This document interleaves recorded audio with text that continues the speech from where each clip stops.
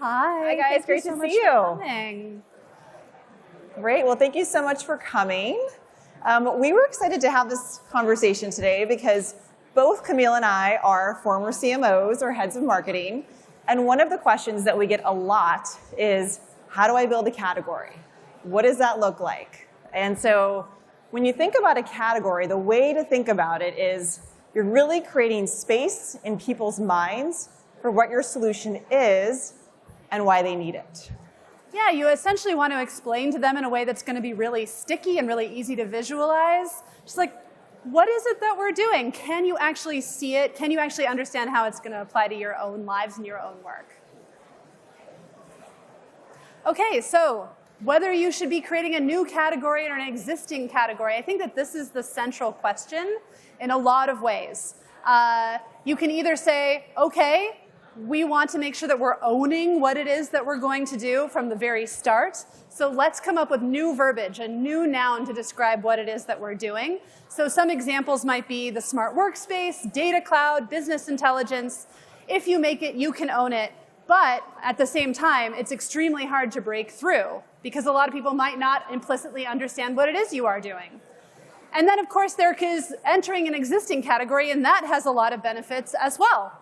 You immediately are understood. All of the user education is already there. Your customers can, in fact, visualize right off the bat what it is you're doing. And you can win big by making it clear how your particular solution is going to be superior. At the same time, if you're in a crowded category, you're going to have to compete really hard. So what exactly is required when you're building a brand new category? Okay? Camille and I talk about this a lot. This can feel quite a bit harder than plugging into an existing category. But if you're building an entirely new one, first things first, you have to have a very clearly, deeply felt problem. This is not a nice to have. It has to be like there's a massive pain point here. Next, you have to take a step back and say, what's my audience? And it has to be a very specific niche first. We'll give examples later in this with this respect, but it has to be extremely focused. You have to have solid traction. You can't just like create a new category and hope that people will show up. You have to see some of that traction already. The market's pulling you and saying, this is something totally new, never seen this before. And then the final point is one that like Camille and I talk about a lot. There's some, like, as an example, there's a founder that I'm working with now who's building this incredibly new product and says to me, you know what, I don't have time to write blog posts, talk to reporters. And I look at him and I say, but this is your job. It is your job to tell the story. You are cheerleader number one, and no one's going to get there if you're not willing to do it. So then let's talk about why you might want to build in an existing category. And this is something that is near and dear to my heart because I really feel like that was the Notion story. And I'm happy to talk a little bit more about that origin. But what are the things that are going to indicate to you that that's the thing to do? The first one is that incumbents that are currently in the category are faltering. They're letting customers down. You're starting to hear that people are unhappy with the solution. Maybe they're really frustrated. So that's a good signal to you that maybe it's time for something new, a 2.0 solution perhaps in the space. You can see that there was a B2B solution, but maybe there's a B2C component about it as well. Felt is a really good example of this. Who here is familiar with Felt? It's the new mapping software that is sort of replacing Google Maps. You should all know about it, but they're the ones that are entering that existing category because they saw a B2C solution, and now they are offering a B2B solution on top of that. And then maybe you can have introduce new mechanics into an existing solution space. So if you think about Notion versus Google Docs, there are different ways that you interact with Notion in order to build documentation, build wikis, manage projects that Google Docs didn't necessarily extend into. So there was a chance there was an opening. And then lastly, you can ride a wave. So if we're thinking about AI right now, there's obviously all of this momentum. There's in existing categories, but also incumbents who are not riding that wave. And so you have a chance to get out in front because that momentum is so strong. So what are some of the common pitfalls and misconceptions that founders make when either building a new category or living in it within an existing one? So I want to talk a little bit about a company called Walnut that I invested in. And you want to go to the next slide? I'll just go into that one. What was so fascinating about Walnut is that at first blush, when you looked at their category, it was about making sales demos much easier. And we said, but actually the category is much larger than that. It's not just about sales prospects, it's a demo platform. Everyone is a prospect, everyone that wants to buy software. And so they launched this campaign called We Are Prospects, right? And that was their way of making their category much bigger than maybe it felt when you were first blush. The other big misconception is that you can run a positioning exercise or a categorization exercise in a 2 to 3 week period and then call it done. Say, hey, we did it. We named our new category. We figured out what our noun was. That is not going to be the case, I would say, in 99% of situations, nor should it be the case. This is not a one or done exercise. It's something that needs to be done over time and then also needs to be done in concert with as many people inside of your organizations that are stakeholders in this process as possible. So I have a few Notion document examples, so forgive me, I promise I'm not trying to plug Notion too much. It is an excellent piece of software for this particular task, but being able to center in on what is it that you are building, who is it for, what are the primary value props that you are trying to enable for those people, how are you different from the competition, and what is that sort of precise expression of the differentiator? You want to codify all of this and make it a living document that is not only going to be revised over time, but accessible to everybody on your team to reference. It's like an organism. And that's how I would look at it, because your category, as you're creating it, is going to evolve as your market expands. To continue on this, you don't actually need a noun immediately. You don't need to say, let's come up with some clever verbiage for describing what it is that we're doing. You can borrow. You can borrow, especially if you are building in an existing category. I even recommend it a little bit. And just to give you a sense of how important this was for the Notion story, at the very beginning, there wasn't really vocabulary to describe what it was doing. It was very hard to sometimes get people to understand what it was going to look like, what their interactions were going to be. So we actually would use words like, hey, it's kind of like Asana and Todoist and Evernote and Google Docs and Quip all in one. And that was okay. It was sort of like being inside of a pool and being able to push off the sides of the pool in order to anchor people and get them to understand what we were doing. And as soon as we would use sort of that triangulation of description, they'd be like, aha, I've got it. Yeah, and so sometimes it's a really good starting point of like, what is the mental model to get me there? For Notion, it was, there's some existing products around it, and now we land on that. That's great. Absolutely. And then the last one I think that we'll go over, or one of the last ones, is that this categorization only has to come from you. I think a lot of people put pressure on themselves to say, like, this has to come from within. We all have to have believed in this brand new idea or thought out there. When actually there's a lot of people who can help you with this naming process. There are analysts out here, and I have an example of the Magic Quadrant and Forrester Wave, that are creating these categories all the time so that people can sort of understand what's going on in the industry. Keep an eye on those things. Same with these review sites like G2 and Capterra and Trustpilot. They are all coming up with this vocabulary all the time, and there can be real benefit to innovating inside of them because then they help amplify what it is you're doing. Same goes with user interviews. We'll talk a lot about user interviews later, but you really want to start integrating the vocabulary that other people are using out there, not just feeling like you have to invent yourself. And you don't have to pick it right away. Like, you can use different words with different customers, and they're going to like tell you, oh yeah, that word worked, or that one doesn't feel right. And so keep taking all of that in. And it's not required for success. There's plenty of great companies that didn't have to take, build something completely new, right? We talk about Canva, even though like Canva is also Felice's portfolio company, but they really expanded the universe of design, right? Like, mom and pop shops wanted to be able to design, but it is an existing category that was typically only meant for like designers who had gone to RISD, right? And so it's a different universe. Same category, but expanded that universe. So I guess the big thesis here is don't put pressure on yourself to figure this out immediately. I feel like between us, we talk to so many companies that say, can you help us with our categorization process? Just tell me what my category should be. Yes, and it doesn't have to operate exactly that way. living, breathing, organic. All right, so let's talk a little bit about how to get it right. This is going to be interesting, but I think Notion is a good example of this where like you gave them a mental model. Like, how do we get people there? It's sort of like this.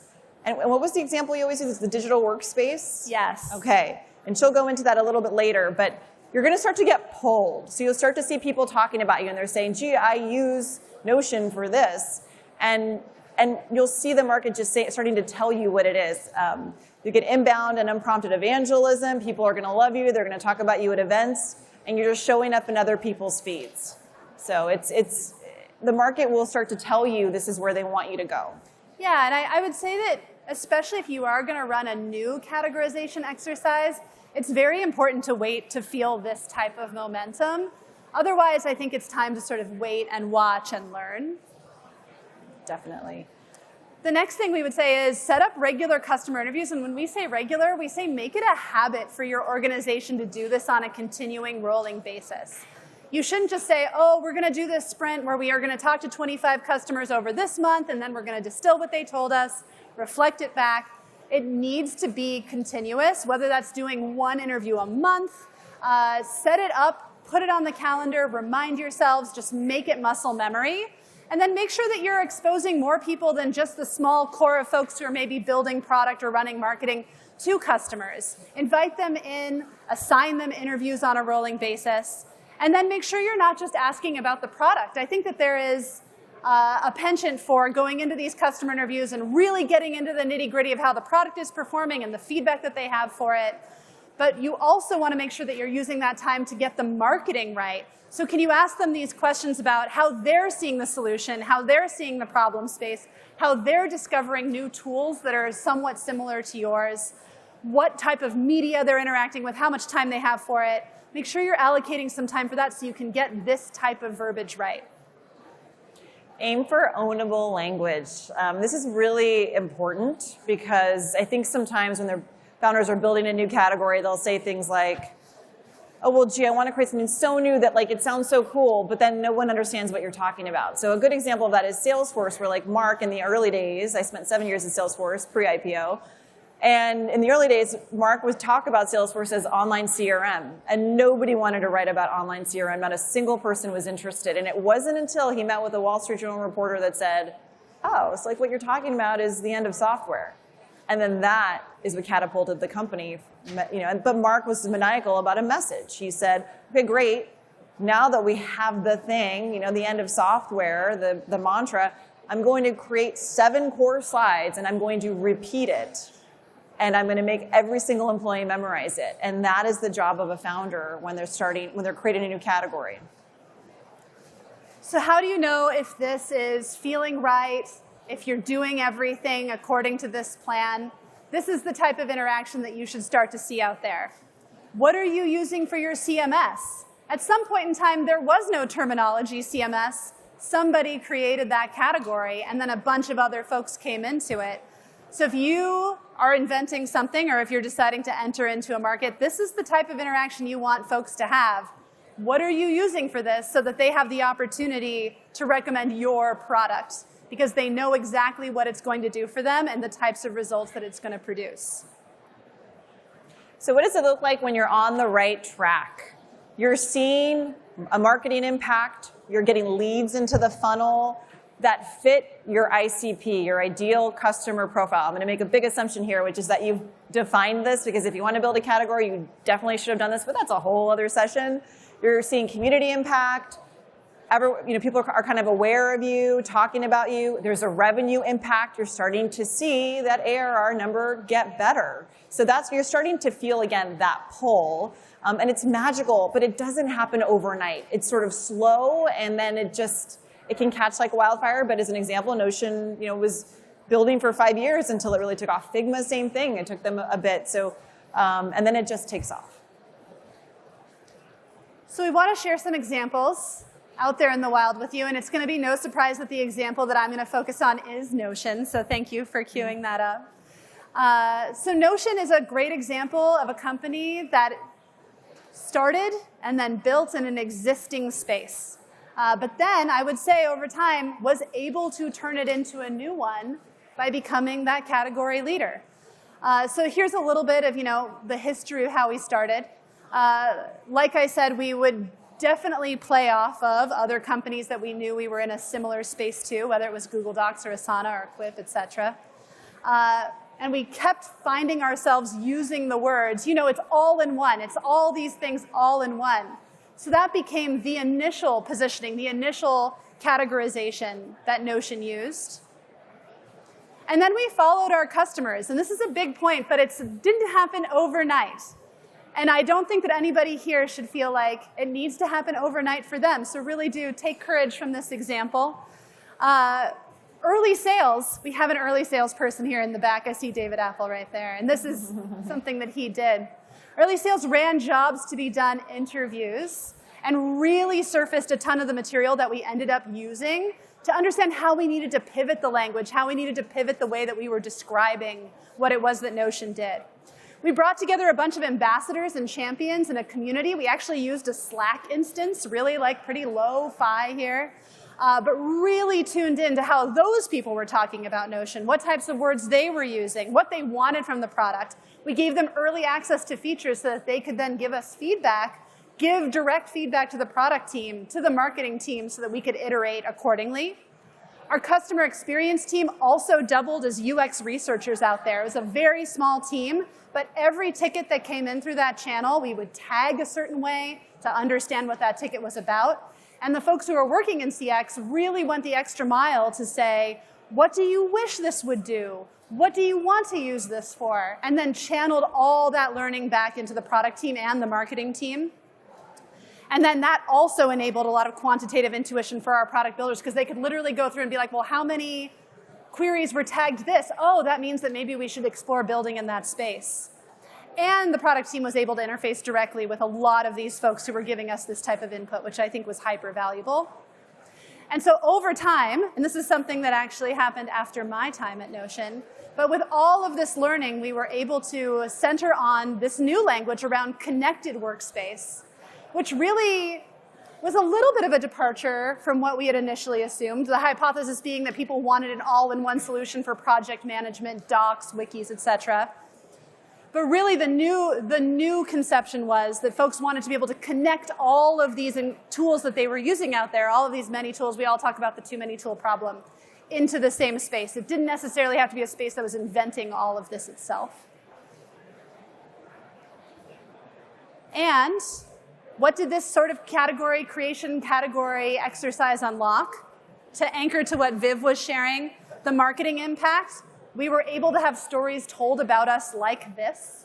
The fact that TikTok team's latest passion is enterprise software, I don't think that could have been a better needle-threaded headline, honestly. I mean, all of you, I'm sure, want to be on TikTok. This is probably a unique exception, but you guys really tapped into this excitement that you found in the market. Yeah, it was very interesting, especially stemming from students and customer segments who you wouldn't necessarily double down on. But this was kind of the marketing halo that was able to be generated around this categorization. The community impact, we just hit 1 million members. This is actually several months back, but around 50 countries, people are talking about Notion. We were seeing things like the Facebook group in Vietnam topping 250,000 folks. And then the revenue impacts. I think that the customer base for Notion kind of speaks for itself, but the fact that the categorization was so clear, the value being articulated for enterprise customers as well as for consumers, allowed us to bring these types of companies into our orbit. So that's the Notion story. I'm happy to talk more about it after this presentation out in the hall. And I'll give a quick example in a company I invested in called Runway.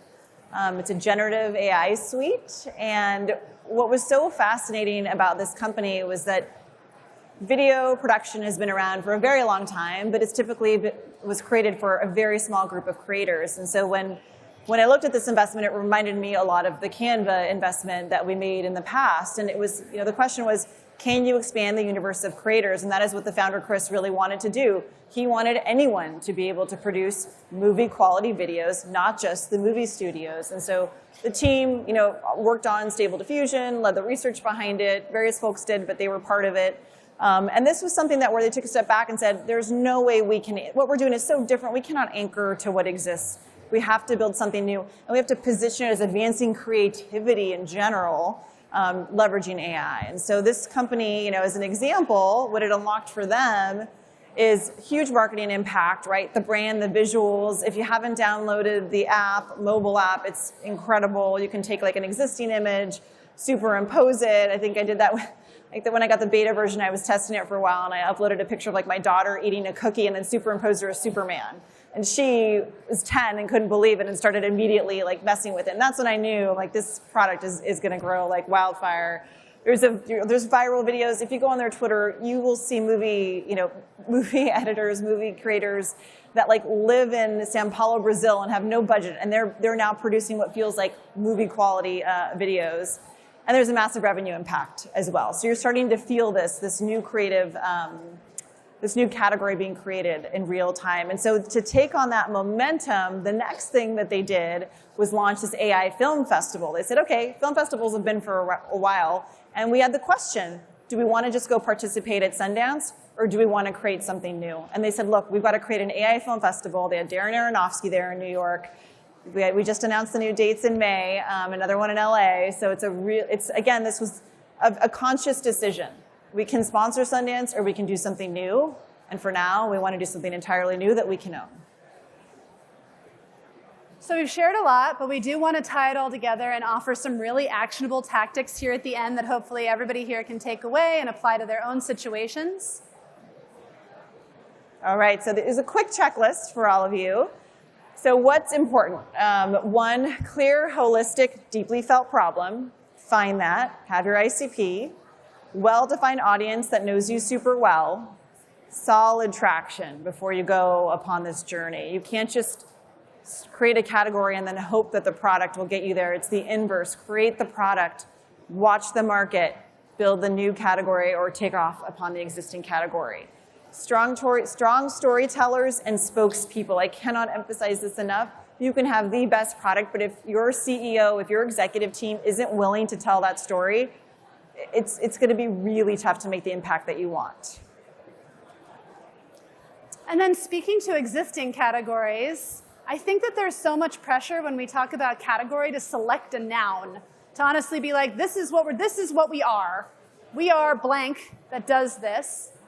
But if you're operating in an existing category, your noun might already be there, and it's not worth your time, necessarily your energy or attention early on to try to replace it with something that's just going to confuse your consumer. So in that case, I'd really love to recommend to folks that they focus on the adjective. Like, what is it that you're doing that's different, that's superior, that's going to be your wedge? And how can you distill that into a word that you put in front of the noun that describes the category you're operating with? So these are just a few examples that I pulled from real life. Obviously, the connected workspace, you know where that comes. The multiplayer design tool, I think probably most of you can discern who that's speaking to. Developer-first payments, unified business intelligence. So maybe it's the adjective that you should be focused on. So if you're running these exercises, that's something to ask yourselves. Pay attention to the words your most engaged evangelists are using. Words matter. The things that they say, how they talk about your product, it is a gold mine. They love you, so listen to them. What are they saying? What can I take?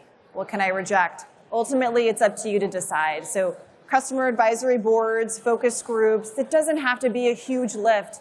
Call your 5 top most engaged customers, ask them what's working. Call the 5 that are least engaged. Why is this not working? When you use the product, what's going on?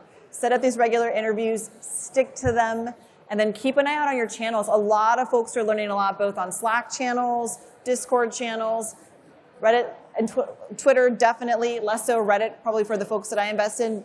It probably worked for Notion, and Canva, but less so for some of the other companies. But those are all really, really important levers.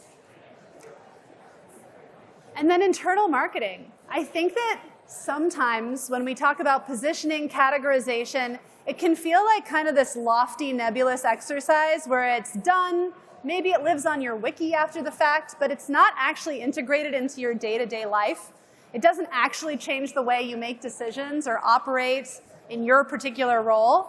So just a few tips here for making sure that whatever you end up with out of this categorization conversation makes its way into the everyday, the daily operations, the habits that you build, the muscle memory that you have. So here are just a few examples that I think you can use. Once you feel like you've arrived at a category description that you're happy with, make sure that you not only announce it in a first all hands and make a big deal out of it, but also then mention it at all subsequent all hands. You can say, hey, as a reminder, this is what we're building, and then go into the rest of the program. I've seen that be used in a really strong way. Slack and Wiki, make sure that you're just repeating across all of these channels in which you're really communicating with the people who are on your team who could really benefit from having this language and having the anchor of what your category is meant to provide. And then quarterly planning. As you're thinking through, okay, what's our roadmap going to be across product, across our people team, across marketing? Can you kick off all of those efforts by first reminding people of what it is that you're trying to do with the category? Remember, you win when people start using your language. So that's when you get that feeling when you're like, wow, okay, this is working. Everyone's talking about us the way we want them to talk about us. But that is very deliberate, very intentional process, and it requires work. And Camille and I were joking, there's probably a whole other session we could do on competition, because what will happen when you're folks who are using your language is your competitors will start to copy you. And that is a very interesting dance that you have to play, and maybe we'll talk about that next year. But thank you guys so much for the time. This has been fantastic, and hopefully this helps you as you're building your category. Thank you so much for being here. We really appreciate it.